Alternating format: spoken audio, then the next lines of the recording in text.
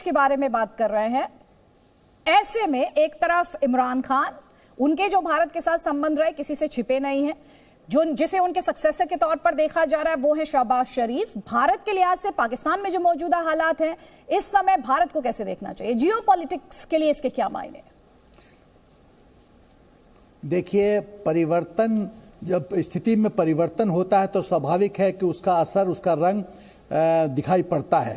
तो इमरान खान को गद्दी से जाना पड़ेगा तो वो परिवर्तन होगा लेकिन मुझे लगता है कि पाकिस्तान की अंदरूनी व्यवस्था में परिवर्तन होगा। लेकिन जहाँ तक हिंदुस्तान का प्रश्न उठता है, मुझे लगता है कोई खास परिवर्तन नहीं होगा, क्योंकि पाकिस्तान को चलाएगी अभी भी पाकिस्तान की आर्मी, जनरल बाजवा। और पाकिस्तान आर्मी की सोच हम जानते हैं, कश्मीर आतंकवादी एक्सपोर्ट करना, उसमें कोई चेंज नहीं होगा, कोई परिवर्तन नहीं होगा। तो हमारे लिए तो स्टेटस को है। इनफैक्ट अभी वहाँ पर और माहौल ख़राब होगा, क्योंकि अब सत्ता की जो लड़ाई है वो भयंकर रूप लेगी, अग्नि और प्रज्वलित होगी। तो हमको और चौकन्ना रहना है। और जब भी पाकिस्तान आर्मी देखेगी कि और उनकी कमज़ोर पड़ रहे हैं, तो उनका एक ही हथियार है, हेट इंडिया। इंडिया के खिलाफ हरकत शुरू कर दो, आतंकवाद बढ़ा दो, इस्लाम के नाम पे लोगों को कंफ्यूज करना शुरू कर दो। तो हमको इस तरह से और सतर्क होने की जरूरत है। देखिए, आप यदि आपके नेबर के घर में आग लग रही है तो आग की थोड़ी लपटें भी आपके तरफ आ सकती हैं। इस रूप में हम लोग को देखना है। ठीक, हमारे साथ राना शराफत है, पाकिस्तान पीपल्स पार्टी के नेता हैं। आपने सुना था इमरान खान कह रहे हैं कि अगर ऑपोजिशन नो कॉन्फिडेंस मोशन वापस ले लेती है तो वो नेशनल असेंबली डिसॉल्व करने के लिए तैयार है। ऑपोजिशन का हिस्सा होने के नाते आप उनके इस ऑफर को कैसे देखते हैं? अस्सलाम वालेकुम, गुड आफ्टरनून। ये तो सवाल ही बड़ा अजीब सा है। डेमोक्रेसी में, जमहूरियत में ऐसा सोचा भी नहीं जा सकता। जिस वक्त मोशन टेबल हो गई, नो कॉन्फिडेंस की मोशन जब आ गई असेंबली के फ्लोर पर, उसके बाद वजीर आजम तो एग्जिस्ट ही नहीं करता। वो इस वक्त डिफंक्ट है, वो इस वक्त कुछ नहीं कर सकते। अब जब इसका फैसला हो जाएगा, अगर वो कामयाब करार पाएंगे, यानी अदम एतमाद की तहरीक मुस्तरद हो जाती है, तो फिर ये बात कही जा सकती है। आज उन्हें दोबारा वजीर आजम के तौर पर तस्लीम करने के लिए कोई लॉफुल, कोई कानूनी जवाब मौजूद नहीं है और उन्हें जाना है। उनके पास बेहतर रास्ता यह है कि वो मुस्ताफी हो जाएं, बाइज्जत वापसी ले लें। मुझे खदशा है कि अगर वोटिंग तक ये मामला गया तो उनकी पार्टी के अंदर इस कदर बड़ी बगावत हो चुकी है कि वो शायद पार्टी भी ना बचा सके और पार्लिमानी पार्टी पीटीआई की कोई नया लीडर मुंतखब कर लेगी। मोहम्मद आरिफ अब्बासी ये कह रहे हैं पीटीआई को ही बचा लें, सरकार तो बचा नहीं पाएंगे। पीटीआई बिल्कुल इंटैक्ट है। हमें, आपको पता है 2018 के इलेक्शन में कुछ दूसरी पार्टियों से लोग आए थे और उनको टिकट मिल गए थे। और उसकी अभी आप देख रहे हैं जितने मुनारिफ अरकान हैं ये सारे 2018 में पार्टी में आए, सिवाय एक खातून हमारी जो रिजर्व सीट लॉर्ड्स है, उसके अलावा बाकी तमाम लोग वो हैं जो दूसरी पार्टियों से आए और इनका ट्रैक रिकॉर्ड देख रहे हैं। ये लोग पार्टियां हमेशा 2002, 2008, 2013 बदली करते रहे हैं। तो हम चाहते हैं कि ये लोग शार्ट आउट हों। अगर पार्टी से चल ऐसे लोग जिनका नजरिया या पार्टी के मंशूर के साथ कोई ताल्लुक नहीं है, अगर वो चले भी जाते हमें कोई फर्क नहीं पड़ता। लेकिन हम जमहूरियत की बका के लिए, जमहूरियत की मजबूती के लिए, जमहूरी असूलों को इम्प्लीमेंट करने के लिए खड़े हैं और पार्टी बिल्कुल इमरान खान के साथ इंटैक्ट है। कोई सिंगल वर्कर हमारा हमसे जुदा नहीं हो तो जा रहे हैं।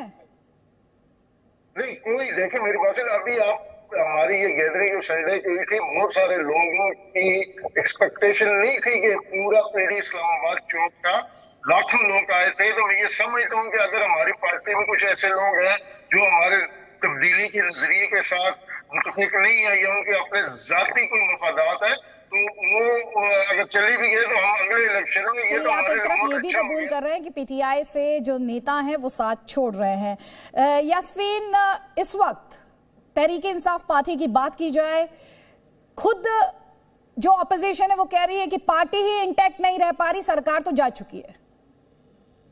अच्छा, मैं इस पे कमेंट करती हूँ, लेकिन अगर मुझे सिर्फ 2 मिनट दें, आप, बहुत सारी बातें यहाँ पर कही गई। एक तो मैं जरूर ये बात इस प्लेटफॉर्म से पॉइंट आउट करना चाहती हूँ कि ये कहना कि पाकिस्तान आर्मी इन्वॉल्व है, पाकिस्तान आर्मी गवर्नमेंट लेकर आती है या लेकर जाती है।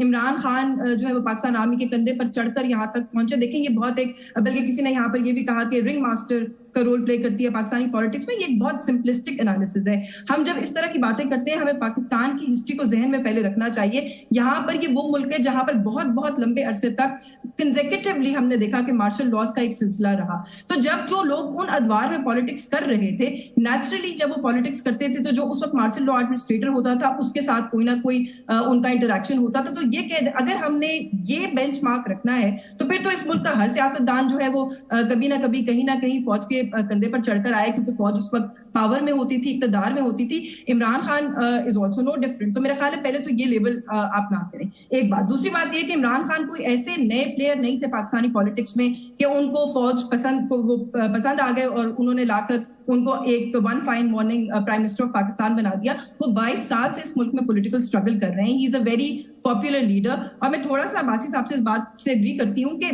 बहुत इट वाज अ मैसिव जलसा इन इस्लामाबाद। मैं इस्लामाबाद में रहती हूँ, मैं उस दिन उस जलसे से होकर आई हूँ और हमने कभी भी, मैं 15 साल से पाकिस्तान में पॉलिटिक्स कवर कर रही हूँ, इतने मैसिव लेवल पर पब्लिक को बाहर इस्लामाबाद की सड़कों पर नहीं देखा।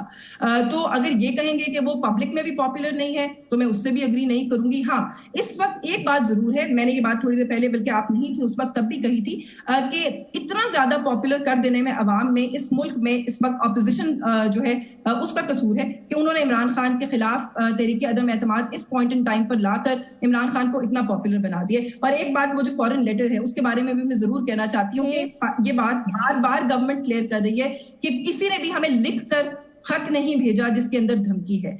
एक पाकिस्तानी सफीर एक अहम मुल्क में एक मीटिंग का हिस्सा थे, minutes of meeting officially record किए जा रहे थे, वहां पर जो टोन और अल्फाज इस्तेमाल किए वो पाकिस्तान के लिए फेवरेबल नहीं थे।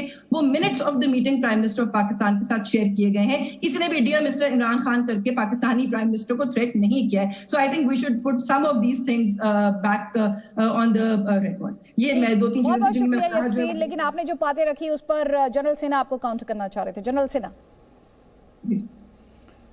मैं पाकिस्तान के मैडम से कहना चाहता हूं कि पाकिस्तान की आर्मी ने इमरान खान को ग्रूम किया नवाज शरीफ के एक power centre counter power centre के रूप में। क्या ये सच नहीं है कि जनरल गुल 20 साल तक उसको इमरान खान को गोद में सहलाते रहे और ग्रूम करते रहे? सक्सेसिव ISI चीफ्स इसको सपोर्ट करते रहे। ये क्या सच नहीं है? आप बोल रहे हैं कि इमरान खान बहुत पॉपुलर है। काहे का पॉपुलर? वो पॉपुलर होंगे पाकिस्तान आर्मी चीफ्स के भी। और पाकिस्तान आर्मी चीफ ने जब देखा कि अब उसका यूज एंड थ्रो टाइम आ गया है तो उठा के फेंक दिया। तो सवाल ये पैदा होता है, कोई पॉपुलैरिटी नहीं, खाली क्रिकेट में विश्व कप लेने से काम बनता नहीं है। एक आपको ग्राउंड पे परफॉर्म करना पड़ेगा एज ए गुड एडमिनिस्ट्रेटर। आप सब फ्रंट पे फेल कर गए हैं इमरान खान, सब फ्रंट पे फेल कर गए हैं। आपने पाकिस्तान की बेइज्जती करवा दी है अंतर्राष्ट्रीय स्तर पे, बेरोजगारी बढ़ा दी है।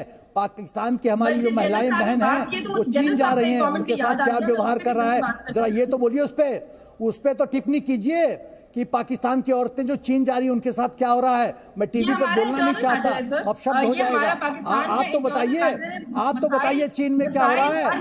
तो काहे के लिए आपको नौटंकी करने के लिए गद्दी में नहीं बैठाया गया था, नौटंकी और ड्रामा करने के लिए नहीं कर दिया गया था, क्रिकेट खेलने के लिए गद्दी नहीं दिया गया था, आपको गवर्न करने के लिए दिया गया था मौका। और एज ए एडमिनिस्ट्रेटर आप पूरी तरह से फेलियर हैं, ये आपको समझने की जरूरत है। आप लोग सत्य को मानने की तैयारी नहीं होती है, एकदम फिक्स्ड आइडियाज है, फिक्स्ड आइडियाज है। जवाब ले लीजिए प्लीज, जवाब ले लीजिए। क्या यस्मीन का जवाब ले लीजिए प्लीज। मुझे अगर आप बोलने को 2 मिनट मौका दे दें। मुझे तो जनरल साहब ने बल्कि पहले भी एक बात, मैं आप ही को मौका दे रही हूँ यस्मीन, आपने जवाब दिया था उस पर उन्होंने जवाब दिया, तो लगातार बोल ही रही हैं, तो बोलिए आप। पॉलिसी टुवर्ड्स इंडिया है वो चेंज नहीं होगी, और जो भी वो कह रहे थे कि वो जो फौज है वो पॉलिसी बनाएगी टुवर्ड्स इंडिया, तो ये सर आपके मुल्क में होता होगा। मेरा ख्याल है दुनिया के किसी भी महज़ब मुल्क में फौज, foreign office, government, prime minister सब लोग मिल बैठकर जो मुल्क की फॉरेन पॉलिसी की डायरेक्शन होती है उसका तयन करते हैं, और पाकिस्तान में भी किसी भी सिविलाइज्ड मुल्क की तरह ऐसे ही होता है। तो मेरा ख्याल है प्रजातंत्र है जिसमें डिफेंस और फॉरेन अफेयर्स आर्मी देखती है। कौन सा देश प्रजातंत्र है जिसमें डिफेंस और फॉरेन अफेयर्स आर्मी देखती है? बताइए, नाम बताइए। मैंने तो नहीं कहा कि नाम यहाँ पे बताइए। भी आर्मी देखती है। आई डिड नॉट बताइए से ना। कि यहाँ पे भी आर्मी देखती है। I never said that. मैं यही तो कह रही हूँ कि पाकिस्तान सारे की आर्मी फॉरेन स्टेकहोल्डर्स का अफेयर्स इनपुट और होता है। डिफेंस अफेयर्स फॉरेन देखती पॉलिसी है। गवर्नमेंट्स बनाया ये करती है। आपके पाकिस्तान में भी गवर्नमेंट कानूनी बनाती है। स्ट्रक्चर में लिखा हुआ है। पाकिस्तान में भी गवर्नमेंट बनाती है। पाकिस्तान की आर्मी डिफेंस और foreign Wait a affairs second, देखती sir. है। General Sena, उसमें please, प्रधानमंत्री let her का finish, कोई let her रोल नहीं है। finish, please. Yes, बताइए please. और कोई प्रजातंत्र, एक सेकंड सर, और कोई Yes, please. प्रजातंत्र बताइए। I agree with you. I am agreeing with you on this कि किसी भी मुल्क की फॉरेन पॉलिसी आर्मी नहीं बनाती, पाकिस्तान की भी नहीं बनाती। मैं तो यही कह रही हूँ।